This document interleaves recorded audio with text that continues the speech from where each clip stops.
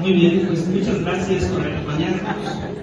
Muy buenos días a todas y a todos. Muchas gracias por estar presentes esta mañana.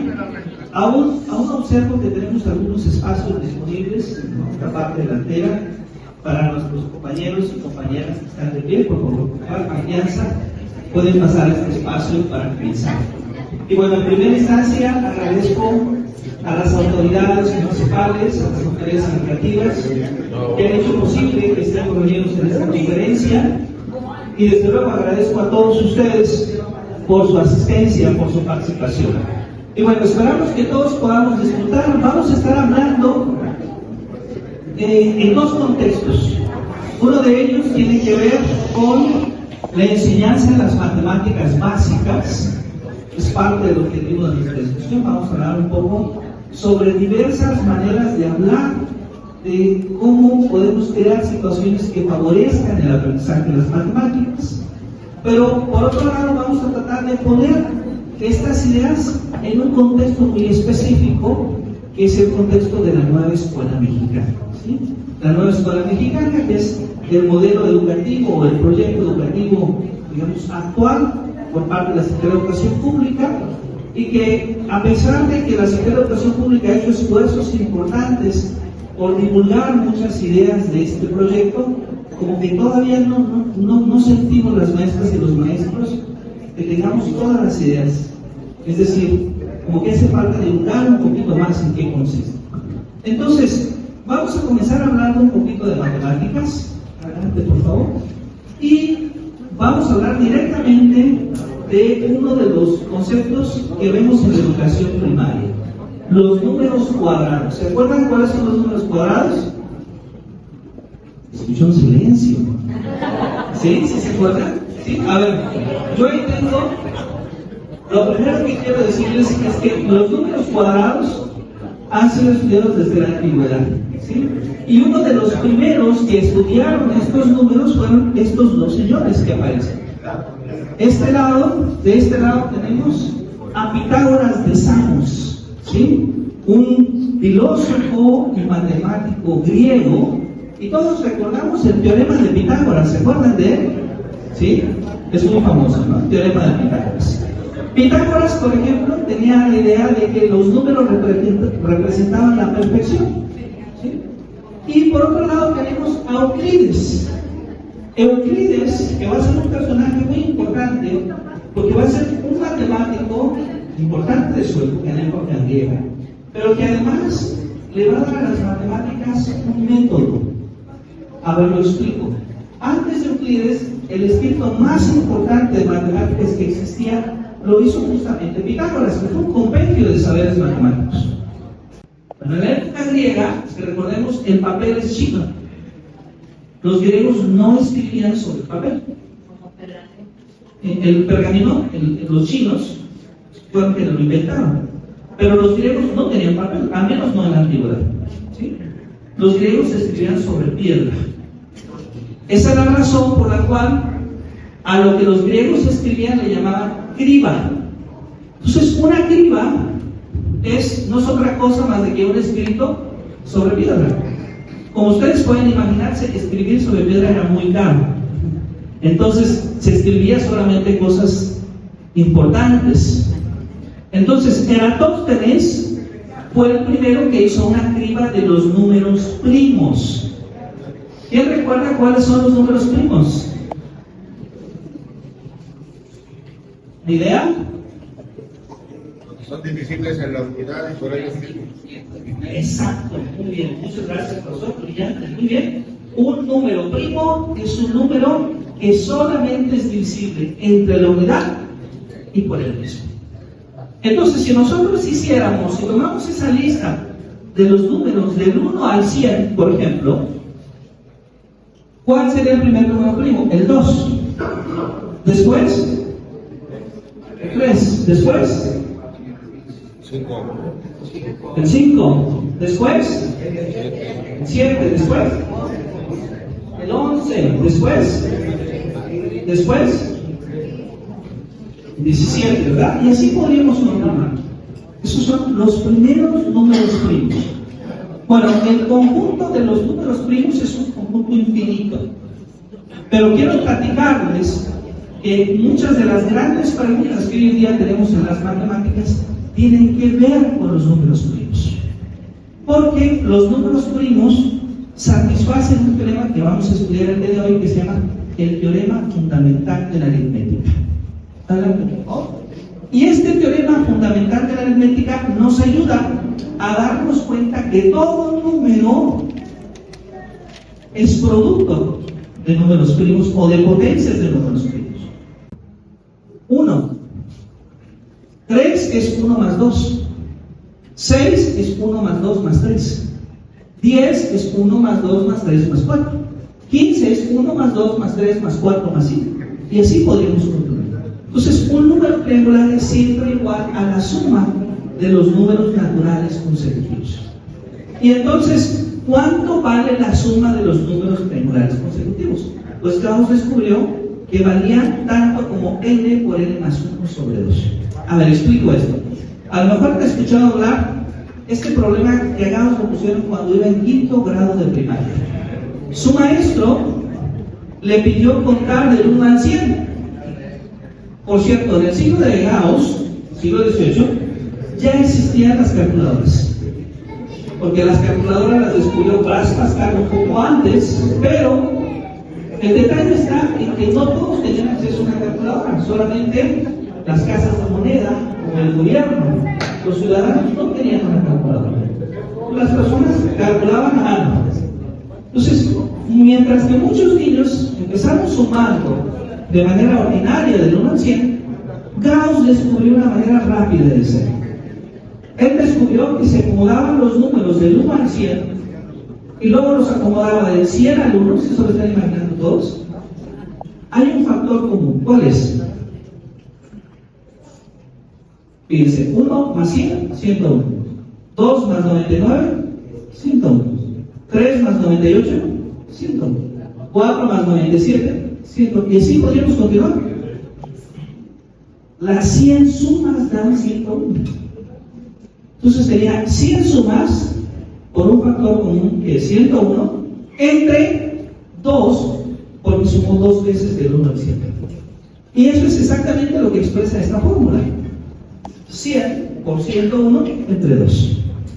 O en términos generales, n por n más 1 entre 2. Entonces Gauss, a una edad muy temprana, descubre una ecuación para sumar los números naturales. Pero lo interesante es que esa ecuación era exactamente igual que simplemente sumar los números triangulares. Adelante, por favor. Ahora, me gustaría que observáramos un poquito más acá cómo siempre un número,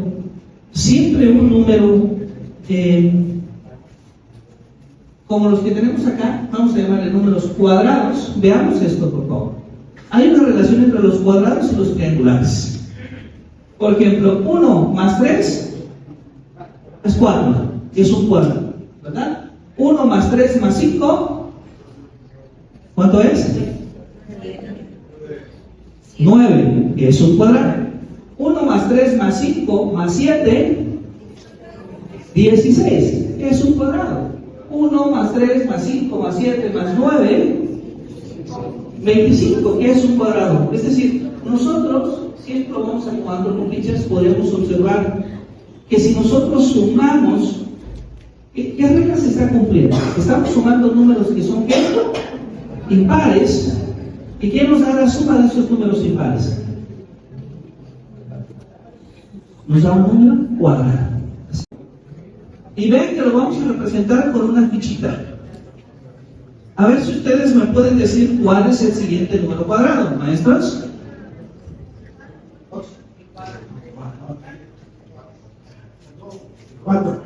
Exactamente, ¿verdad? Adelante, por favor. El 4. Y vean, por favor, muy bien, maestro, que este 4 tiene una forma muy especial de acomodar las fichas. ¿Ya lo vieron? ¿Qué forma tienen las fichas? De cuadrado. De hecho, los números cuadrados, la palabra cuadrado, que usamos comúnmente en álgebra, en aritmética, surge de la geometría, es decir, es cuadrado por la forma, porque se pueden acomodar como un cuadrado. ¿Es un cuadrado de quién? ¿De 2 por 2? Muy bien. ¿Cuál será el siguiente número cuadrado, maestra?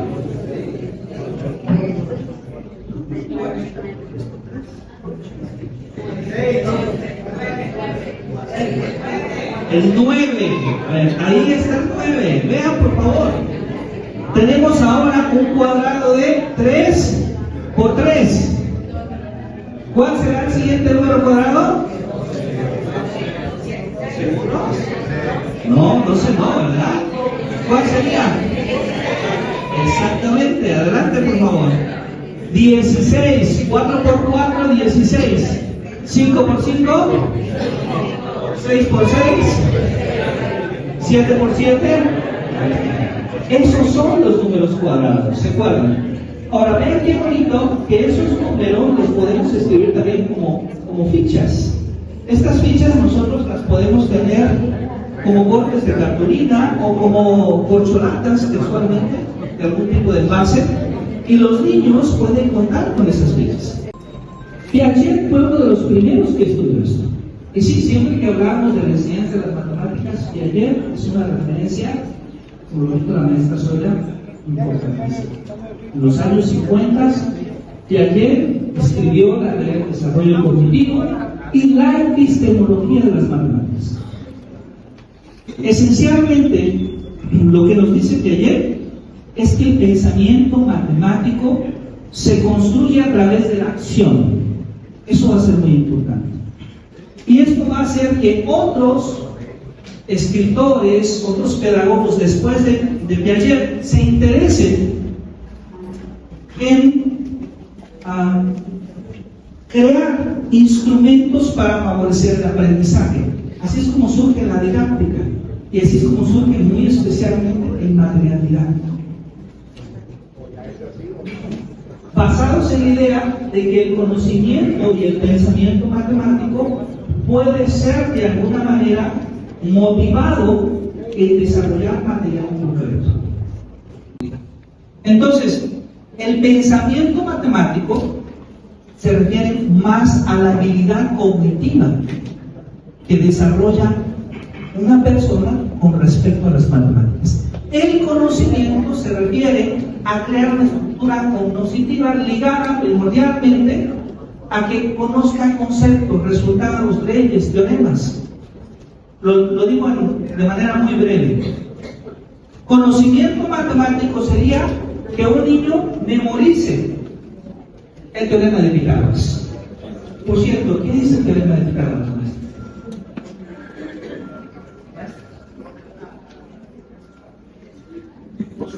El teorema de Pitágoras.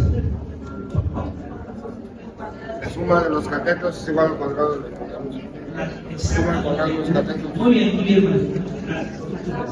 Es decir, en un triángulo rectángulo, ¿sí?, la suma de los cuadrados de sus catetos es igual al cuadrado de la hipotenusa.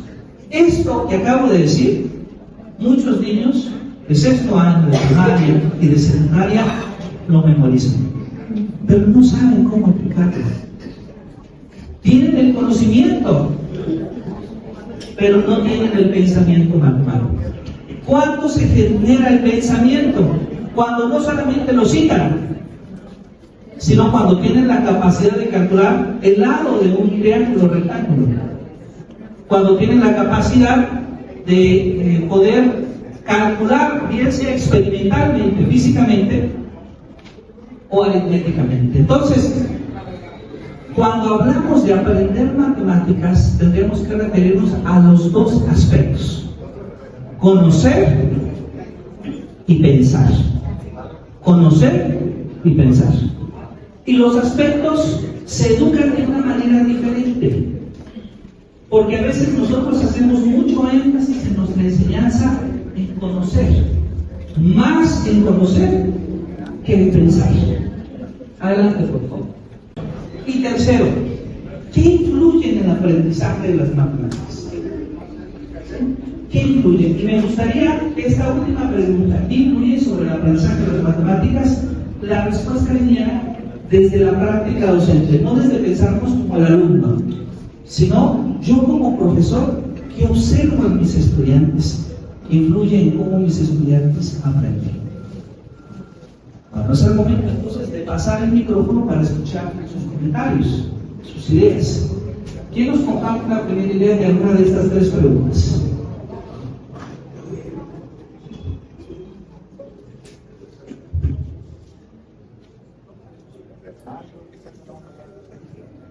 ¿Un profesor, una profesora?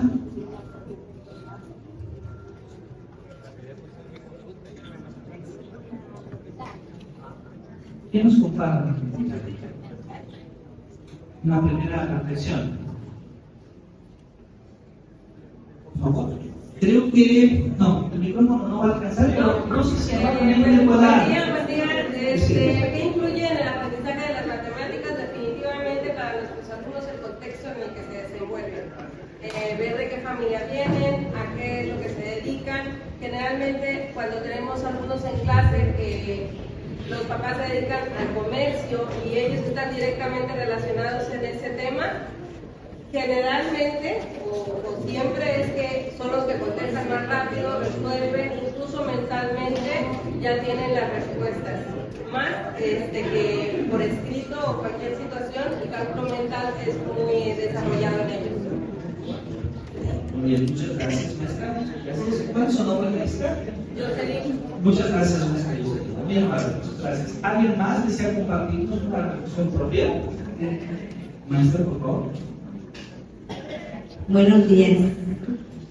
Bueno, intentando, porque yo soy pésima para las matemáticas, y la verdad que me tiene anonadada su explicación. Mis felicitaciones. Hubiera tenido un maestro de matemáticas como usted, tal vez estuviera muy interesada, y con eso contestaría la tercera pregunta. Pero bueno, ¿qué son las matemáticas? Todos sabemos que las matemáticas es una ciencia, ¿verdad? Que estudia los números, las operaciones básicas, las magnitudes, etcétera, ¿verdad? Un bagaje grande de conocimientos y que de alguna manera nos permite descubrir ahora sí cantidades o resolver situaciones problemáticas donde se utilicen las matemáticas, ¿no? Los números. Ahora, ¿qué diferencia hay entre conocimiento matemático y pensamiento matemático? Bueno, de manera muy personal, yo, desde mi experiencia, pienso que el conocimiento matemático creo que lo tenemos todos, conocemos números, inclusive aquella persona analfabeta puede resolver, ¿no? Situaciones cotidianas. Y conoce a lo mejor el billete de a 50, tiene el conocimiento matemático y creo que de alguna manera todos tenemos ese conocimiento matemático, aprendido por experiencia, aprendido tal vez de manera muy tradicional, a fuerza, ¿verdad? Que te los hicieron aprenderte las 2 por 1, ¿no? Las tablas, ¿verdad? O las fórmulas. Y el pensamiento matemático, bueno, va más allá. El pensamiento matemático sería un proceso en el que el alumno o el ser humano adquiere o construye este saber, ahora sí. Problemas de ciencia de nuestro interés, de nuestro contexto. Por ejemplo, hoy en día tendríamos ya que estar preocupados todos los gobiernos municipales, estatales, federales, por el próximo problema que vamos a tener con el agua. ¿Se acuerdan que vivimos en el mes de mayo, junio y julio, escasez de agua el año pasado? Bueno, la gente que hace meteorología dice que este año va a ser peor que el año pasado.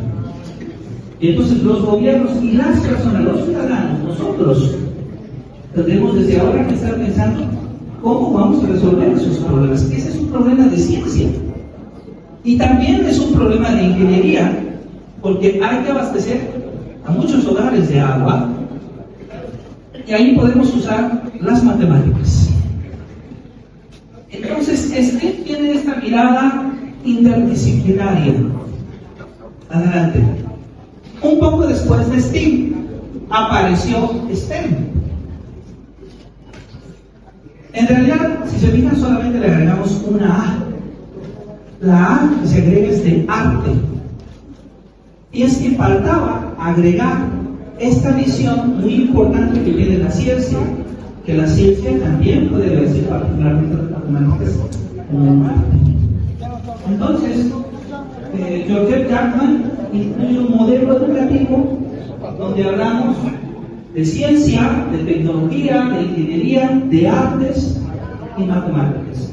Y lo que nos ofrece es una mirada más general de ver un problema. Adelante. ¿Qué es STEAM? Pues es el poder atender un problema bajo diversas miradas. La idea de esto es que STEAM ayuda a desarrollar algo que la UNESCO llama habilidades para el siglo XXI. La primera habilidad importante es encontrar nuevas formas de pensar, basadas en evidencia científica. Le da un valor prioritario a la evidencia científica, a la reflexión sobre el conocimiento científico. Entonces, STEAM, como ustedes pueden ver, involucra más aspectos que solamente hablar de ciencia. Cuida también estos aspectos humanos. Adelante, por favor. Esto entonces nos puede ver como STEAM se basa en gran medida en esta mirada de resolución de problemas, pero siempre buscando mejorar la comunicación entre los miembros del equipo. ¿Sí? Darnos cuenta que la labor que todos hacemos en la educación es importante. Creando liderazgo, creando trabajo en equipo, aprendiendo, que es lo que nos cuesta mucho trabajo a las personas, es aprender cuando cometemos errores. De hecho, asumir que cometemos errores. Somos seres humanos. Y lo más natural es equivocarnos. Bueno, me equivoco constantemente, pero todos los días trato de mejorar, de aprender.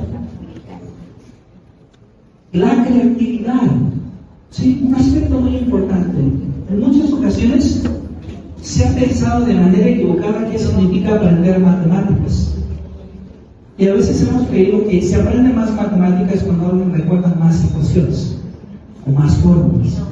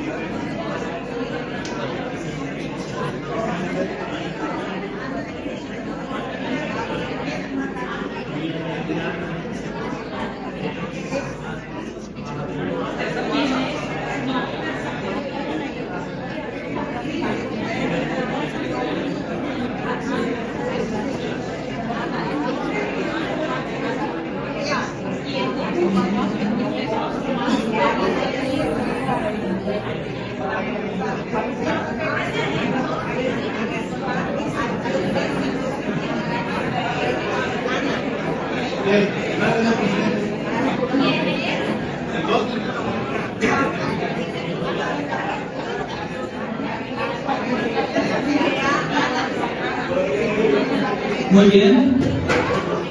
No me van a creer, pero ya son los 2 minutos. Entonces, allá, ¿ya realizaron? ¿No? Bien. ¿Quién ya tiene una propuesta, una respuesta? ¿Puede levantar su mano?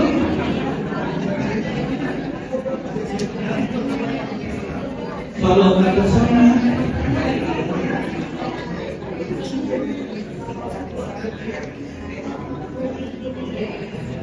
Yo vi al profesor, me gustó ver al profesor que estaba súper concentrado, trabajando en su cuaderno. Profesor, ¿usted llevó alguna solución? ¿No? ¿Y atrás? ¿No? ¿Profesora? ¿Puede pasar? Adelante.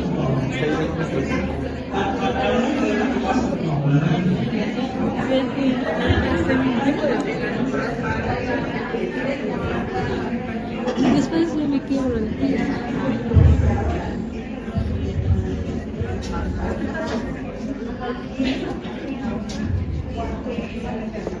Excelente.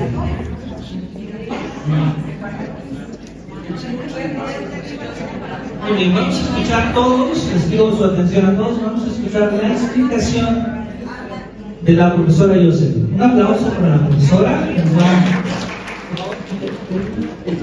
hablar.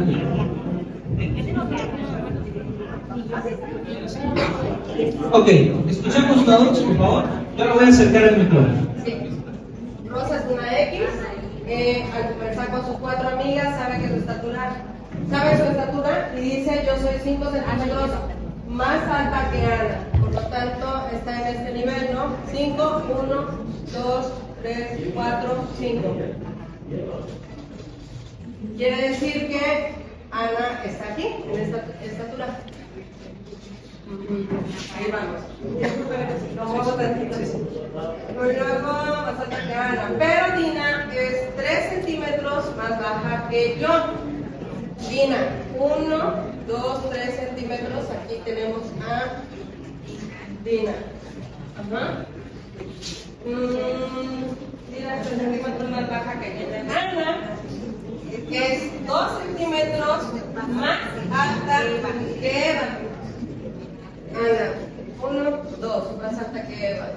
Aquí tenemos a, ¿cómo se llama? Eva. Ana.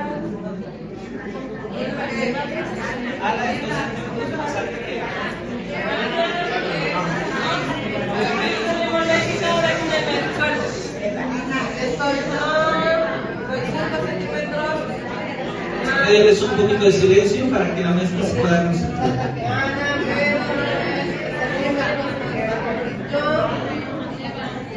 Ana, de nuevo, es 2 centímetros más alta que Eva. Entonces, Eva está aquí. Eva.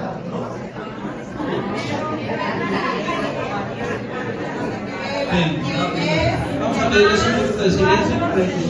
Tienes 4 centímetros más baja que Irla. Entonces, 1, 2, 3, 4. Irla. Ahí está. Ellas dos están en la misma estabilidad. Bien, un aplauso para la maestra. Muy bien, muy bien. Compañera maestra, la directora, ¿verdad? Que le dimos un valor a en este caso a Rosa, que era la que estaba en cuestión. Le dimos un valor y bueno, dijimos, bueno, si Rosa, aquí está Rosa, yo de hecho dibujé aquí a Rosa, esta es Rosa, aquí empieza Ana, luego Dina, luego Eva, ya no tengo tanto. ¿No es Eva? Sí. Ah, y por último, dibujé a Irla. Ahí está. Le di un valor. Y si Rosa mide 20 centímetros. Si Ana mide 5 centímetros más alta, a ver, ¿dónde está? Yo soy más alta que Ana, entonces ella mide 1.15. Y si Dina dice, ¿dónde estamos? Es 3 centímetros más baja que yo, entonces 1.17. Y Eva es 4 centímetros más baja que Irla. Bueno, si es más baja que Irla, a ver dónde estoy. Es 2 centímetros más alta que Eva, pero más baja que Irla. Entonces, Irla mide Eva 1.13, Irla 1.17. Aquí está Irla y aquí está Dina con la misma.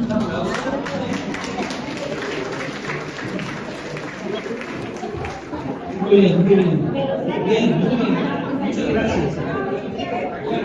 Quiero platicarles, muy bien. Muchas gracias a las dos personas que compartieron su solución. Bueno, quiero compartirles que esta es una manera de resolver el problema. Aquella es otra. Fíjense que aquí compararon. A veces una manera de hacer es que textualmente dibujan los niños rayitas y van comparando. Inclusive si tienen en su cuaderno, por ejemplo, si su cuaderno es de rayas o de cuadros, les ayuda a comparar. Acá fijaron un valor y considerando ese valor determinado hicieron la comparación. Entonces, esto nos da también una reflexión sobre la enseñanza de las matemáticas. Hay soluciones distintas. O sea, el resultado es el mismo, el resultado es correcto, pero hay diferentes maneras de llegar a esa solución. Y algo en lo que también las maestras y los maestros tenemos que ser más flexibles es a darnos cuenta que también hay diversidad de pensamiento.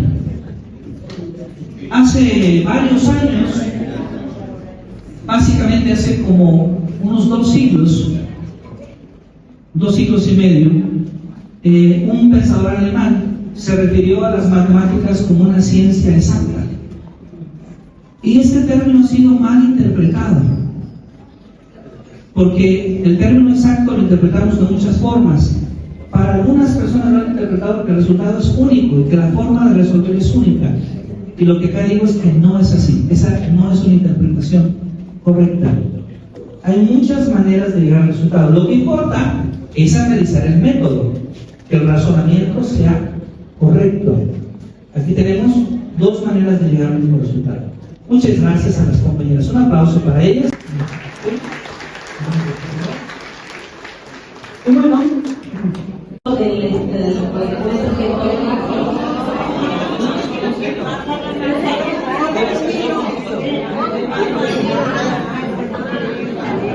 debe ser solo 1 kilo. Ajá, porque es por kilo.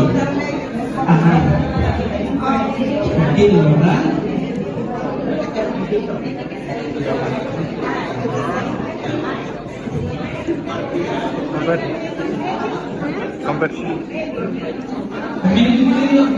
Medio, a ver, se pusiera la mitad del 60 sería 30, la mitad del 180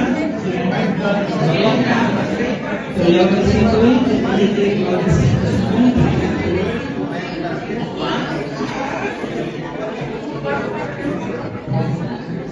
Ok.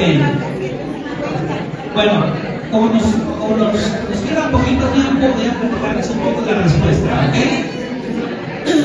Deberíamos, lo ideal sería, hay alguien que tiene respuestas. Adelante, adelante. No nos alcanza un poco más allá, pero lo hacemos. 5 tercios del 180, que sería el equivalente a gramos, tiene 1000 entre 6 partes, 1000 gramos, y medio kilo del de 60, que serían 120 más 30 del medio kilo de 60. 5 sextos más o menos. Sí, muy bien, gracias. Maestra. 3/4 del mes y 1/4 3/4 del mes. Muy bien, bien. Ok, a ver, vamos a ver si llegamos a la solución, pero, a ver, su atención un poquito. Quiero platicarles que este problema se puede resolver de muchas formas, ¿sí? Por ejemplo, este problema se puede ver como un problema de proporciones. Muchos de ustedes lo estuvieron haciendo ahorita así mentalmente, me di cuenta. Como un problema de proporcionalidad. Y sí, es un problema de proporcionalidad. Inclusive alguien podría ir jugando con los números poco a poco hasta ajustarlo. Ha sido muy breve el tiempo, pero si tuviéramos 10 minutos más, ya escucharemos que alguien va a decir la cantidad. Porque sí, se pueden ir ajustando los valores hasta decir más o menos de edad. Pero también podemos usar, además de la proporcionalidad, podemos usar otros métodos más fuertes que nos garanticen que la solución sea correcta.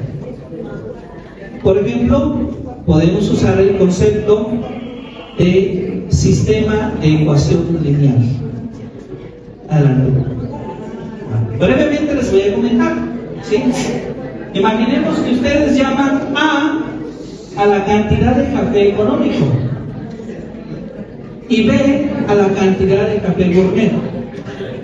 Entonces, ese problema sería igual a decir que tenemos un sistema de ecuaciones lineales donde A más B es igual a 1, o sea, la cantidad de café económico más la cantidad de café gourmet debe sumar una unidad, es 1 kilo, pero 6A más 180B debe de ser igual a 150. Ese es el modelo matemático que describe al problema. ¿Cuál es entonces lo que nosotros tenemos que hacer? Es resolver ese sistema de ecuaciones lineales. Hay muchas formas de hacerlo. Adelante, por favor. Vamos a hacerlo nosotros por sustitución. Adelante, por favor. Si A más B es igual a 1, pues entonces B es igual a 1 menos A. Y si B es igual a 1 menos A en la ecuación 60A más 180B igual a 150, vamos a sustituir B, que es igual a 1 menos A. O sea, 60A más 180 por 1 menos A es igual a 150. 60A más 180 por 1, 180, más por menos, 180 por A, 180A es igual a 150. Y de ahí tenemos que 60A menos 180A es igual a 150 menos 180. O sea, que menos 120A es igual a menos 30. Como los dos son signo negativo, se eliminan, y entonces A es igual a 30 sobre 120, que es 0.25, lo que las compañeras dijeron. ¿Sí? Si ya tenemos que A es 0.25, B es 1 menos A, entonces B es 1 menos 0.25, que es 0.75. Un aplauso para nuestras compañeras. Porque las maestras, usando la idea de proporción, llegaron a la solución correcta. 3 cuartos en un café y 1 cuarto del otro. O sea, 3 cuartos del café de A y 1 cuarto del otro. 1 cuarto de café económico, 3 cuartos de café gourmet. Ahora, ¿dónde queda la última etapa de Polya? Porque aquí me gustaría que observáramos las etapas. La primera es pensar en una primera fase cuál es el problema, cuál es la problemática en la que nos enfrentamos y cuáles son los conocimientos que requerimos para investigar. Esto se parece mucho a una tesis, ¿se acuerdan ustedes? ¿Cuál es su problema de investigación y cuáles son sus fundamentos? Ahí está, muy parecido a cuando elaboramos una tesis. Segundo, ya sé o ya tengo una idea de qué investigar, ahora, ¿qué tipo de investigación voy a hacer? Tercero, por cierto, en primaria la mayoría de las investigaciones o documentales o experimentales, es un gran mayoría. Tercero, vamos a organizar ciertas preguntas, ciertas respuestas para esa investigación. Cuarto, vamos a presentar los resultados de esa investigación. Y quinto, la fase de metacognición. ¿Qué aprendimos en esa investigación? Aquí una fase muy importante es la número 4, cuando el alumno presenta sus resultados. Es algo que a veces los maestros y las maestras omitimos, pero es muy importante darle voz al alumno, escuchar y cuestionar. Adelante. Y claro, esta representación, sobre todo para la educación básica, puede darse de distintas formas. Cuando le pedimos al alumno que escriba, cuando le pedimos al alumno que haga fórmulas, que haga cálculos, cuando le pedimos al alumno que haga tablas, cuando le pedimos al alumno que haga gráficas, o inclusive, vean qué interesante esto, cuando le pedimos al alumno que dibuje. El dibujo también es una manera de comprender los conceptos matemáticos. Muy bien. Ahora, además de estas teorías de la resolución de problemas, de STEAM, de los registros de representación, semiótica, ¿sí? Hay que pensar también en un aspecto importante, que es probablemente con lo que terminamos, que es la gestión que nosotros tenemos en el aula, ¿sí? Esta es una idea sumamente importante, ¿sí? Hay que recordar, como lo dice el profesor Barry Masur, profesor de la Universidad de Oxford, que recientemente ha ganado el premio Sher, que se da el premio a uno de los profesores de matemáticas más influyentes en el mundo. Hay que recordar que finalmente la ciencia lo que busca es hacernos mejores seres humanos. Desarrollar nuestras habilidades basadas en el pensamiento científico también tiene una repercusión en la capacidad que nosotros tenemos para decidir en nuestra vida diaria. No es el objetivo inmediato de la ciencia, pero sí es consecuencia de ello.